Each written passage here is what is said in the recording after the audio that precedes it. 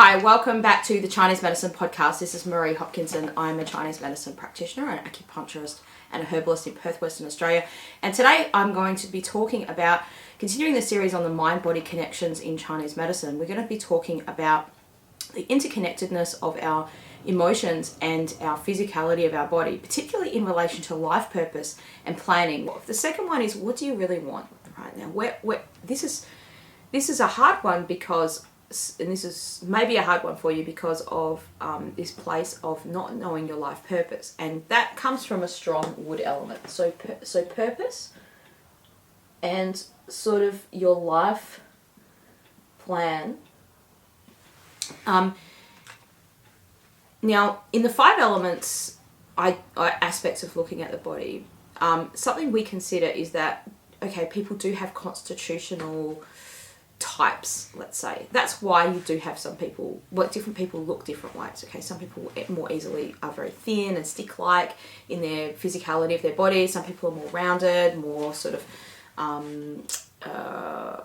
guess, easy put on weight, or they just become that kind of rounded shape, and then you have different shapes in between. And that is a Chinese medicine 5-element thing, right? To recognize that different body shapes even have an affinity to different kinds of elements, and that gives you strengths and weaknesses within those things. Now, if you're really interested in that, the kind of practitioner you need to see is called an actual 5-element practitioner. And there are a few practitioners around. It's a very popular system in the UK, in the United Kingdom. There's not that many practitioners in Australia where I'm from, but there's a few. And I interviewed someone recently on the channel about some 5-element stuff, and we'll probably have another chat later on and talk about more things, because that's quite an interesting area.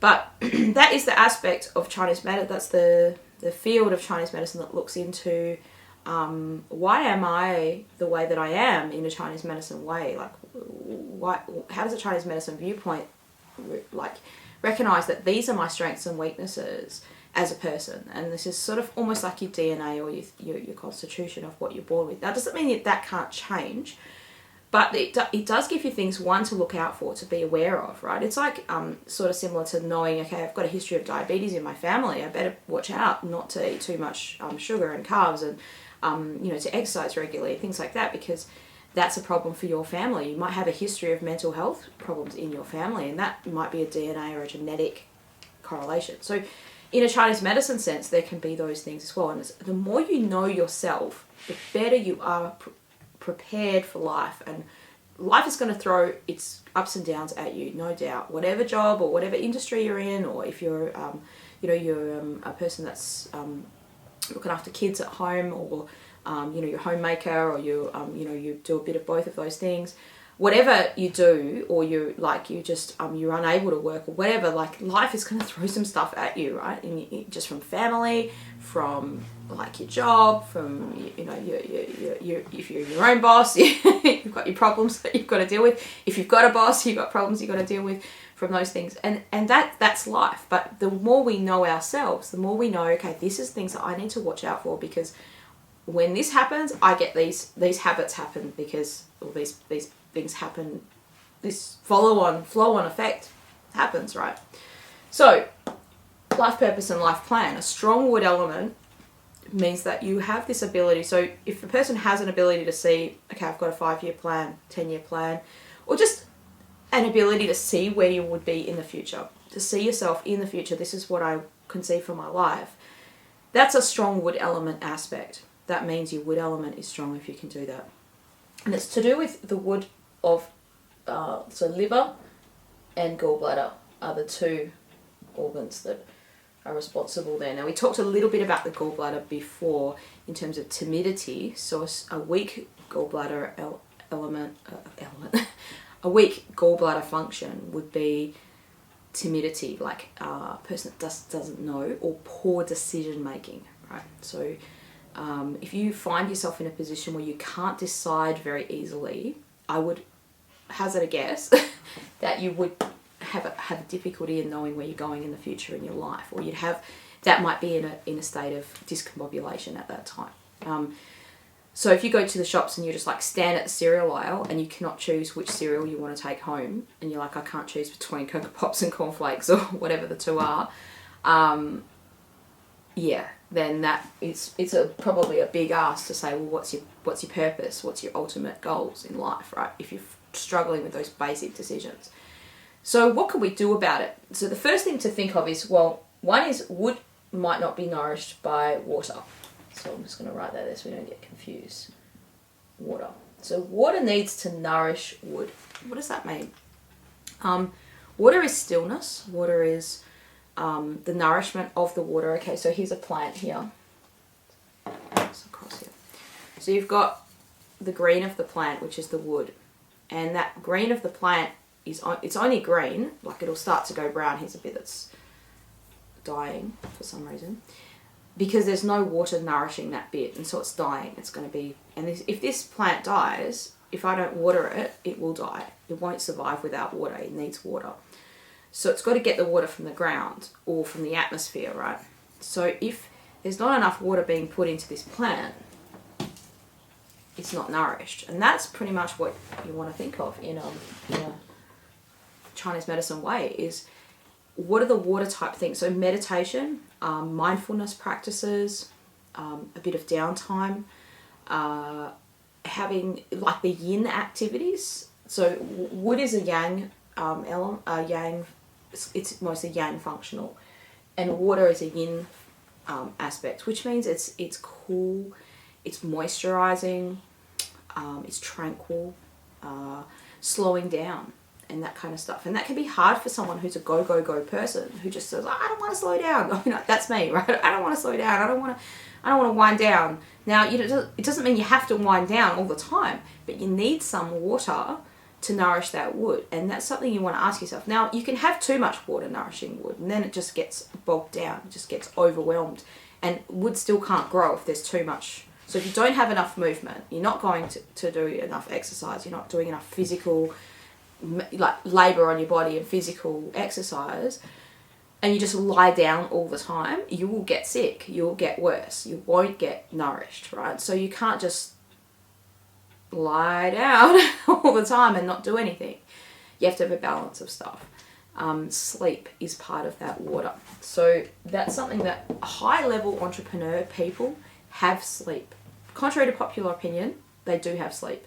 And something that I've always done for my life is, look, a lot of people comment, they say, oh, Marie, you're doing so much, what, you don't even take time for yourself or whatever. But the one thing I always do is I've always had a lot of sleep. I always have enough sleep. I always have 8 hours of sleep, right? And I sleep really well. Like I just, turn off the light, bang, you're asleep. You sleep like a baby. And that's, it's not until I've had a nephew that I realised really what that means, because I see my little nephew fall asleep and you just say, oh, hey, it's nap time. And you can see him rubbing his eyes in the daytime when it's his nap time. And you're like, oh, it's nap time. And you take him to his bed. And he just lies down and falls asleep. And you could be clanging and banging outside, making a big racket, and he just sleeps right through it, right? When kids are good sleepers, you can be pushing them along in a pram thing, in the shopping centre, and they're just asleep, even though there's all this clanging and banging and noise and everything outside, because that's what it means. They sleep like a baby, right? So that's something that a Chinese medicine practitioner would be able to help you with. And these are the 2 core things that I always try to help my patients with. If there's other things we've worked on, or these things are out of balance at the start, these are really important: your sleep and your digestion, because they're the only 2 ways you can make nutrients and nourishment for your body. So your sleep is important. So having enough sleep. The previous video talking about living in harmony with the environment was talking about different amounts of sleep that we might need in different seasons. But particularly for this topic here, like the reason why you might be struggling with life purpose and the ability to plan, you think, I don't know where I'm going, I don't know what to do, is maybe because you're struggling, the water isn't able to nourish that wood. So that would be, if your water gets depleted, means you're fundamentally at your core probably a taxed person, which means it would be depleted. Now, what else does water represent in our body? It represents the bladder, so you could have bladder problems. Now, just as a sidetrack on this, not really like a sidetrack, but just as a note, I should say, it's really important that you understand these are theoretical concepts, and it's really only through a practitioner of Chinese medicine that you're going to know. So I'm not saying, oh, if you if you've got poor life planning, you must have a bladder problem, you must have a urinary problem. No, it's not like that at all. So what I'm saying is you can't make this direct correlation for every single person, but they are common things, right? So this is not to say, please don't go away from this video saying, well, if I've got poor life planning, it means I've got a bladder problem. And if you've got undiagnosed health problems, go and get them checked out by your practitioner, whether you see a Chinese medicine practitioner or a GP, general practitioner, or your doctor, your Western medicine doctor, whoever you see, acupuncturist, make sure that you go and get these things checked, because it may be a serious health problem that you just have ignored, right? So if your water element isn't strong, it might not be able to hold the urine in its place, let's say. So in TCM, they talk about this opening and closing of the lower gates, right? Which is the bladder itself holding the urine in its place. So if your water element gets weak, it sometimes has trouble holding the water.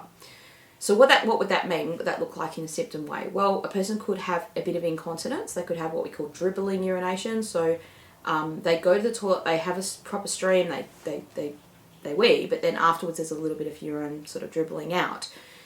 More common in males than females. What's more common for females is like to have a pelvic floor problem, where now that in a Western medicine sense that's a muscular problem, but it also relates to water, like the ability of holding things in their place. So that actually the muscles are getting weak, but because that pelvic floor is weak, but also then the bladder isn't actually holding the urine in. So that's a water element aspect.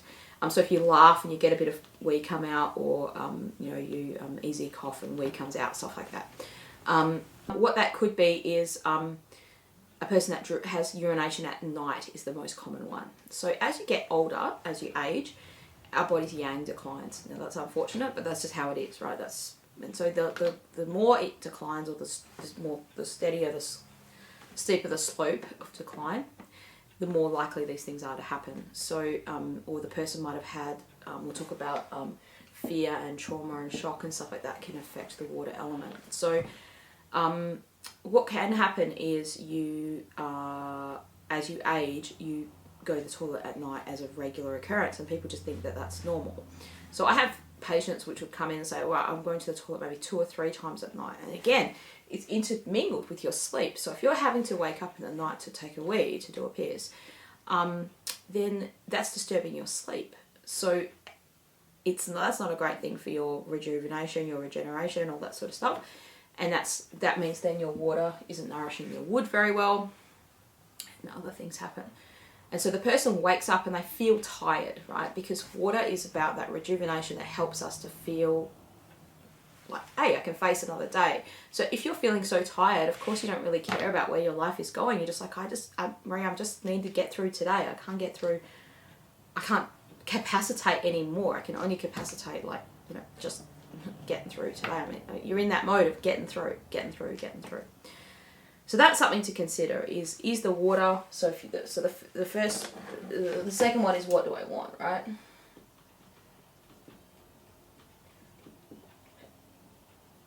In your goal setting, what do I want? So you've let go of some stuff. You've looked at, is there some metal things that are holding you back, that are stopping you from letting go?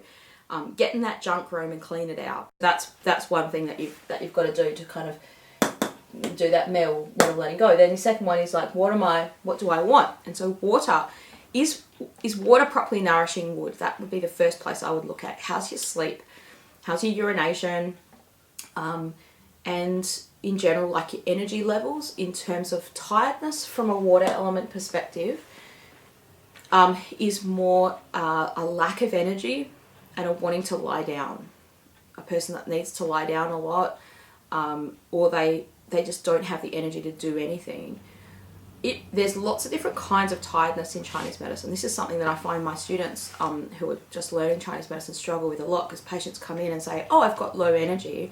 And they say, well, you must have spleen qi deficiency because they've got low energy. No, that's wrong. It's not necessarily that. What kind of tiredness do you have? This could be a whole nother video, I guess, but what kind of tiredness you have is there are some types of tiredness where if you feel better from exercise, that's a different kind of tiredness. And that's more a stagnation of wood. not a lack of water to nourish wood. So if you have to lie down a lot, or you feel better when you lie down, if it gets so bad, if it gets really, really bad, then the more depleted and the more deficient you are, that person kind of has to lie down. And they just like, they can't, if they physically exert themselves, like they go to the gym or they go for a walk or something like that, then they just feel exhausted, and it's like they don't get any benefit from that at all. That's a different kind of tiredness, and that's very hard to treat with just diet and lifestyle stuff. I mean, that may be able to help you, but that's where you need to see a herbalist. I think even acupuncturists can work with that. But when we check your pulse, that's how we will know. Now, if a person's so depleted, what happens is your pulse gets really, really, really weak and deep, and maybe even hard to find, or what we call hidden or faint, which means there's just not enough blood in the vessel pushing, like giving a force to the pulse to actually help it to, so when the practitioner feels it, they might just like have to press on your hand really hard, or like they're squeezing away trying to find it, that kind of thing. And so that's the more depleted you are, especially if that's like both sides of your pulse are kind of like that, then, and you have those symptoms that go along with that, then that's more saying you probably need to go down the herbs road, I would suggest, than the acupuncture road, because there are some kinds of tiredness or some kinds of pulse presentations where if you do acupuncture, it actually makes people more tired because it stirs up what they've got, and they've got so little resource in their body, it kind of stirs that up, and that makes them feel a bit worse.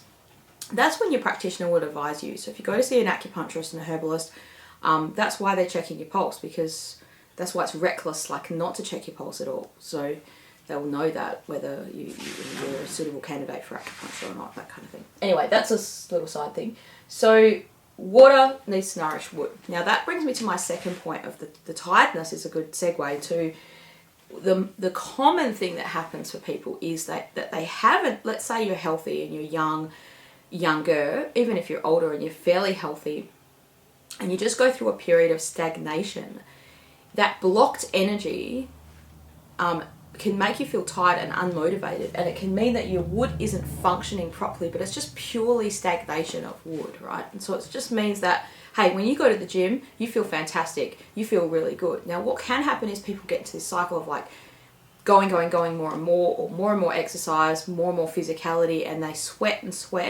that sweat depletes them because they're losing fluid, and that can eventually deplete their water. So they might have started out in a fit and healthy way, and at the end, yeah, okay, they're still fit and healthy in a Western medicine sense, like their body looks great and they're able to do the exercise, but at the expense of their now I'm talking about people that do, like, let's say CrossFit and high level sweaty types of exercise where they're really like trying to get lean, mean, muscle machine type of exercises, or endurance type of things, or heavy weights and stuff like that, where they're trying to push their body as hard as they can. That puts a lot of strain on your heart in a physical sense, right? And so you're aging your body too quickly. So let's not do so much exercise that happens. But the things that help wood is singing, laughing, and exercise. And I've mentioned this before in other videos. I've got heaps of videos on liver chi stagnation, how to get your creativity back, frustration and chi stagnation, that kind of stuff. So what's the emotion that's associated with wood? Well, that's anger and frustration. So when wood is out of balance and there's what we call like an excess, which is more like it's misplaced energy, basically. That energy should be used to fuel your purpose, to fuel your passion for life, to help your fire element, to actually, because you need wood on the fire, literally putting wood on the fire. And the fire element is your consciousness, your shen, your mind. So these are sort of all the same thing. So in a general sense, all of your mental health functions, all these little mental health things we're talking about, can come into the fire, can come under that. So you need that yang, right, to kind of support that fire. And this is yang and this is yang, right? So these are yang, very yang aspects of our body. So I guess what I'm saying is if people have a lot of anger, resentment, and that could be part of this, maybe an inability to let go, And like, hopefully this video, if nothing else, it'll show you how interconnected everything is. And even just one, like affecting one thing affects everything. And this is where I find a lot of patients have these multifaceted effects they weren't necessarily expecting, like in a good way. So they might come in for a knee pain or something like that, and then they mention that they don't have good sleep. And so as an acupuncturist, I'll often do, you know, a few points for that other aspect that, like, so we mostly focus on the thing they want to focus on. When we check their pulse, we'll be like, okay, we need to nourish the water a little bit here. So we might do some points in acupuncture to do that. And affecting that balance, and the patient comes back next week and they'll be like, hey, did you do anything for my anger? Because this whole week I haven't felt as angry. And they never told you before that they were a very angry person. They never told you that they snap at their kids all the time, or that they hate themselves for doing that, or, you know, just these kinds of things. And that's a very common thing as an acupuncturist, see that a lot in the clinic. Not the anger, but these flow-on effects that it has. And that is simply because of this mechanism, because it's all working in together. So, and this is also why it's important, or what's different about seeing an acupuncturist to a person who does dry needling, is that they can affect your body in a much more broader and holistic kind of way. Like, yeah, okay, patient comes in for knee pain, I'm still doing the same kind of thing a dry needler would do for the knee pain, but we can also do all these other things, which is amazing. It gives patients so much more benefit for these other things. It doesn't take extra long time. It doesn't take, like, it's just all happening at the same time. And sometimes the patients are almost unaware of what's exactly happening, what's exactly taking place. I mean, there's obviously informed consent there, but it's not like, you know, sometimes we don't know these things. It unfolds as part of the treatment, I guess, as part of the treatment process. Because acupuncture has this ability to kind of have this self-regulating effect, right? It's very hard to make you worse with acupuncture. It's very hard, like, obviously you're not injecting a different substance in you. Like, whereas if you get the diagnosis wrong for herbs, patient takes the herbs, it's the wrong formula for them, the practitioner will know about it, the patient will know about it. Like, it's very uncomfortable for both people if you've got the wrong diagnosis and they're given the wrong herbs. Whereas with acupuncture, it has this really nice self-regulating effect in your body. And so sometimes even just a couple of points, which are directed at one thing, like you might be trying to nourish that water, but then your body kind of has this self-regulating effect. And the person might say, you know, hey, it's gone all the way around and affected their metal element and helped them with the letting go or some grief or something like that. So not to get too sidetracked, but we're talking about what do I want. So how do you know what you want? Well, if your wood element isn't healthy, it might be because water's not nourishing it. And that would be your sleep and your urine and all the things we talked about there. Or it could be the wood element itself is stagnant, right? So that would be an excess kind of, and manifesting in that energy that should be used up for this stuff, for your life purpose and planning and motivation. Like, motivation is a wood element thing, right? It's being used up in anger and frustration and resentment. Yeah. And so then we come to this other aspect here. So you have, you've got this cycle of what they call the generating cycle, but then you also have this cycle here happening. And I'm just going to draw it across like this. It's going to look like a weird little pentagram there. And this is what's called the controlling cycle. So these elements have a generation, they help each other, they grow, one grows the other, and then they also control. It's like keeping it in check. And so if an element is, the ways this could come out of balance is one element's too weak to control it. So this would be metal. If metal got weak, then it could be too weak to control wood. Now let's just take a little sidebar here to talk about a couple of how so emotions directly affect our body as well. And so this can happen where you might have had, so the emotions that affect grief and sadness are directly affecting the lung. And water is fear. And earth is worry. And fear and also shock. I just want to talk about those ones real quickly. So what can happen sometimes is, let's say you're like, Marie, I had a really good purpose, or up until this point, you know, everything was fine, my life was great, but then someone unexpectedly died, let's say, as an example. Well, you've got grief and you've got shock. So it's discombobulating this aspect. So it could just be, it's affecting your metal element, which then could directly affect your wood. And because of that grief and sadness, so in Chinese medicine they say sadness dissolves the metal element function. It dissolves the metal, the lung chi, or the lung energy, the lung function.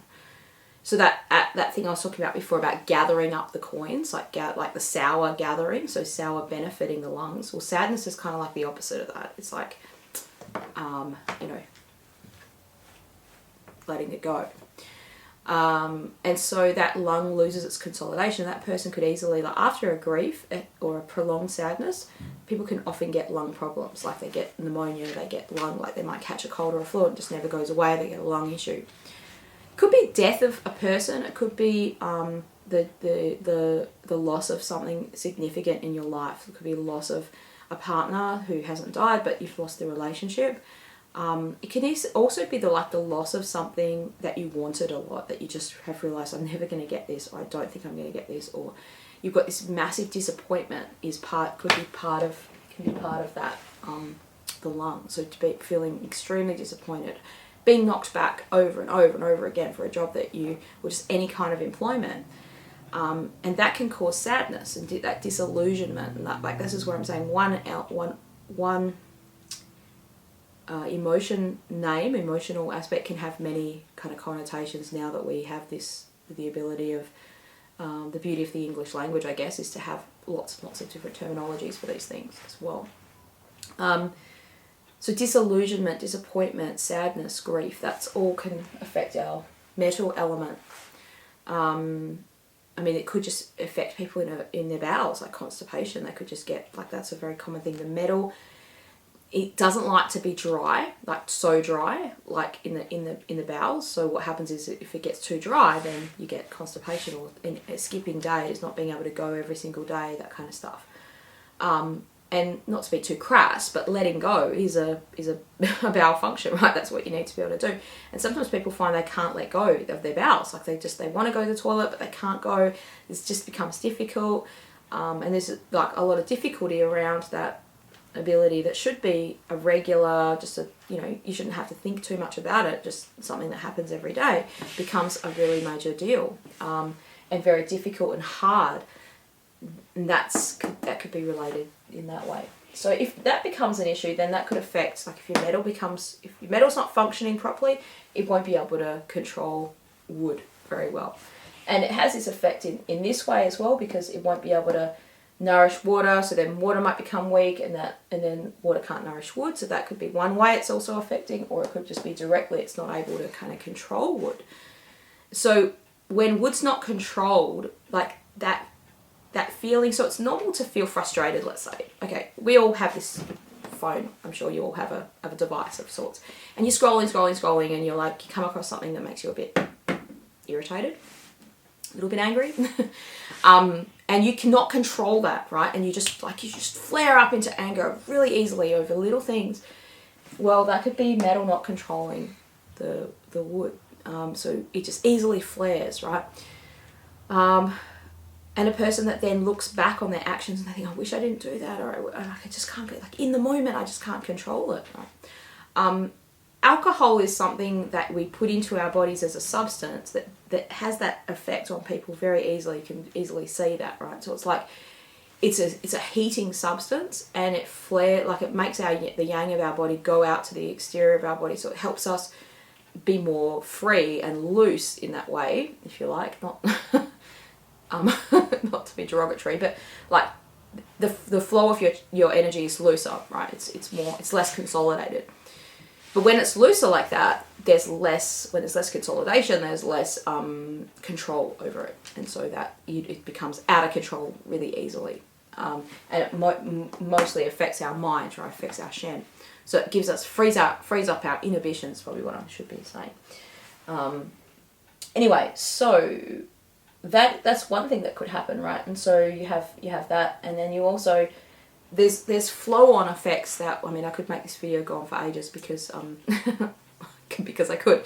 Because this is how we lecture at uni when I'm teaching. It's usually like a 3-hour lecture, and it'll be one particular topic on, you know, on the very basics of this stuff. And so you would have a whole lecture just on the controlling and the controlling and the generating cycle, like just learning those cycles and how that affects us.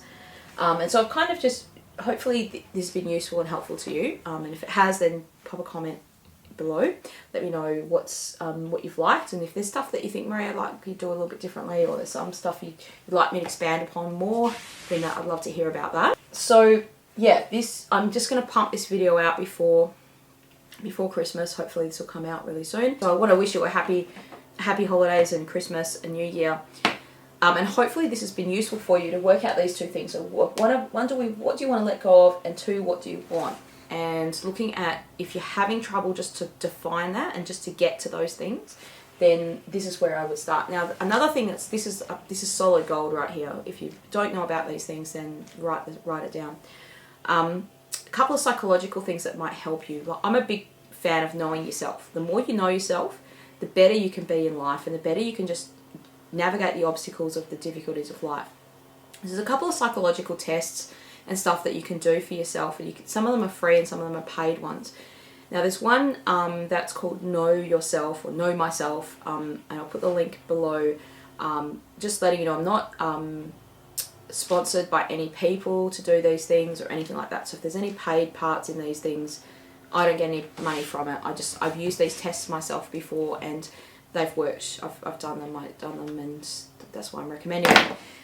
This one was made up between Jordan Peterson and one of his students, I think his PhD student, and they've created this test. It's based on what they call the Big 5 personality types, so it will just help you work that out. Now, it's a paid one, but it's worth it if you really want to know who you are, and what he recommends you do when you do the test, which I would strongly suggest with all the tests, is don't do it at certain times. Like, don't do it if you're really hungry, if you don't have, like, allow the time. It takes about half an hour to do that test. You know, do it when you're not distracted. Do it when you're not in a terribly difficult place, otherwise it won't give you a true reflection of who you are, right? So if you're going through a crisis, I wouldn't be doing the test then, okay? Especially with these paid ones, because you don't want to waste your money. Now that's the first one. The second one's called 16 Personalities, and I'll pop the link below to that one as well. And that's free, and that kind of gives you the INFJ, whatever those the acronym sort of ones are. So there's 16 different personality types, and it'll tell you if you're like an introvert and an extrovert, and it'll give you like a scale of between introverted and extroverted, how you score on those things. And that's quite useful. Now, I've done that a couple of times, and sometimes, like, it's really weird, because I was driving along in my car about 8 months ago, I think, started this year, and I was thinking, I feel like I've changed. I feel like my friends, the circle of friends and the people I'm hanging out with have changed. I just had this feeling, like, I feel like I've changed. So I went back to that test, I did it again, and 2 of the items had changed. Now then I went back and I looked at the emails from before, and when I'd done it before, because what's great about these things is you can log into the website and, you know, check and stuff like that. And so when I'd done it before, like, this was probably 5 years ago, so there was a bit of change from there. So that's what's useful about it. You keep these things, you can see how you change as life goes on, you know. It's not that one thing's better than the other, it's just that's who you are, and that will give you an idea about, hey, this is why I struggle with this area, this is why I find it hard making friends, because if you're introverted, you might find it hard to put yourself out in the world. You might find it hard to finding joy and fulfillment in certain things. You might be, it feels like sometimes you're pushing a boulder up a hill. Not that I've ever actually done that, but it's like you're pushing a massive weight. Oh God, this is so hard, this is so heavy, this is so difficult. When you're doing something that is really difficult, but everyone else around you is just like, oh no, this is what I do every day and I'm so great at it. And you're just like, what? This is so hard. Like, this is killing me. And so knowing yourself helps you work out, well, these are the things that I'm good at. And so that's good, the 16 personalities. And then the other one is the strengths test. And this is one that I love, and I recommend this to lots of patients to do this. It's based on the Martin Seligman's happiness, positive psychology, let's say, or the happiness movement was born out of his research into positive psychology. And this is one that you can do no matter what's happening. If you're going through a difficult time, you can do it many times, and it just gives you your top 5 strengths. It rates them. So there's like, I think there's 20, something like that, 24 strengths. And so some of these things are like appreciation of beauty, creativity, hospitality, those kinds of things, right? So there's lots of things that if you go through the website, they'll give you like ideas of how you can use them. But those strengths kind of, if you can engineer your life, let's say, to utilize those strengths, you'll be so happy. You'll be like a pig in mud. You'll be doing exactly what you were born, what you were made to do, right? And it kind of helps you understand, well, this is why, like, I'm not a big person on administration. I don't like filling in forms. I don't like making Excel spreadsheets, but I have to sometimes for my business. I have to do that stuff. But it helps me understand, okay, I don't want to spend a whole year doing that in my job. If that's all I was doing, I wouldn't feel fulfilled. I wouldn't feel good. That doesn't help me. It doesn't nurture me and nourish me. And so when you do what you're made to do, and this is part of that is also within the 5 elements. So there are some different tests you can do. If you see a 5 element practitioner, they give you usually quite a lengthy kind of questionnaire to kind of help you understand this stuff. But there's no, the psychological tests have been tried, tested and true. These things that I've mentioned to you have been around for a while. They've been used in society. There's lots of books on them. And then once you know who you are, there's additional resources. You can go on YouTube and you can watch videos. Why does an INFJ find it difficult to make friends or something like that? There's tons of videos and just resource on these things. So if you know yourself, I would suggest like spend this time over the Christmas and New Year, like at least allow a day to yourself where you can just go, right, what do I want for 2020? A lot of people are making videos. I've seen, it's a new decade. It's, I'm transform myself, reinvent myself. If you're finding it hard to think about a decade ahead, just think about a year, just think about a month, just think about what's next. And then the final one I would suggest that you do, and this is really good if you're at the place of being, let's say you're depressed, you feel flat, you feel like, I don't know, I feel like I can't articulate any goals, or I don't know how to put them out there. We'll do what we call a vision board.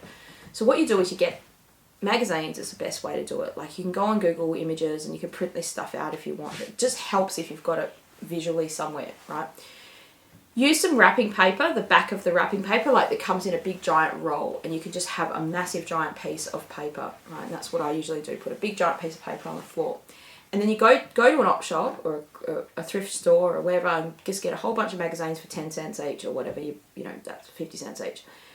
And cut out pictures of things that appeal to you, right? Or things that you want to see in your life in the future.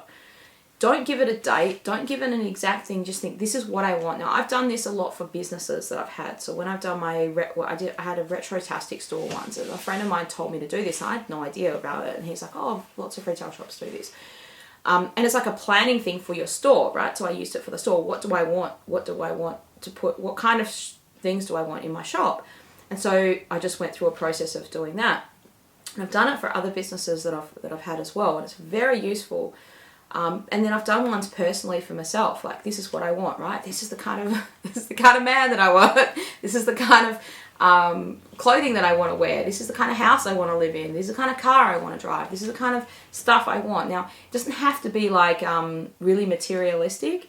It can be things that, like, it could be something that represents joy and love to you. It could be kids, it could be family, it could be something that represents health, wellness. You don't have to put too much thought into it. Just as you're cutting out these pictures, just the things that appeal to you, put them on there, and then you just arrange them all out and you stick them all down, and then you'll come up with something that kind of looks like a vision board. These are things that you're thinking of, you want for the future for yourself, and that may be a good place to start before you start writing. Right, okay, number 1, I'm gonna lose 5 kilos this year. I hope that this has been useful to kind of help you understand yourself and where the physicality of our body can actually disrupt our mental health. It can disrupt our ability to think clearly, to make good decisions, so understanding how that works might help you. So emotions can happen directly, and that affects the physicality, right? So I've given you that example of grief and sadness. You might have had something happen that was sad, and that has then affected your lungs, and then that's affected, you know, your ability to get well, and then that might have a flow-on effect. And look, I see patients where things have happened years and years ago, and they'll say, look, ever since my partner left me, or ever since so-and-so died, or ever since this happened, blah blah blah, and you can see this kind of chain of events, and Chinese medicine is a beautiful way of kind of explaining and understanding all that. And that's something that I think is good for patients, hopefully good for you to know. It gives you a peace of mind that you're not just making it all up, or it's not just you that's going through that, but this is like like Chinese medicine understands that interconnectedness, and Western medicine doesn't understand that. They don't have a system that understands that interconnectedness yet. And sometimes they come out with these things that, oh, we just discovered the mesentery, we just discovered this brain-gut connection. Well, Chinese medicine's been saying that for 2,000 years. Like, it's nothing new. So, you know, worry, thinking, overthinking is the mind. It's all connected to your gut, which is your earth, right? And we haven't even gone down that road yet today. There's much, much more we could do. So I'll probably make another video to kind of follow on from this. But this is just one to help get people into the mode for planning and goal setting. And these are the things I would suggest that you do. So I hope these things have been useful and helpful to you. And if they have, then don't forget to subscribe. We're trying to hit 1,000 subscribers this year. That's a massive tall ask. That was my goal for 2019. We'll see if we can crack it, but we're getting there. And I'm very happy with how the channel's been growing. And we actually had I had like 104 subscribers at the start of this year, I think, something like that. Just on 100 subscribers at the start of 2019. So it's growing and growing, and I'm really happy, and want to take you on the journey next year. Yeah, so thanks so much for watching, and we'll see you again on the next video.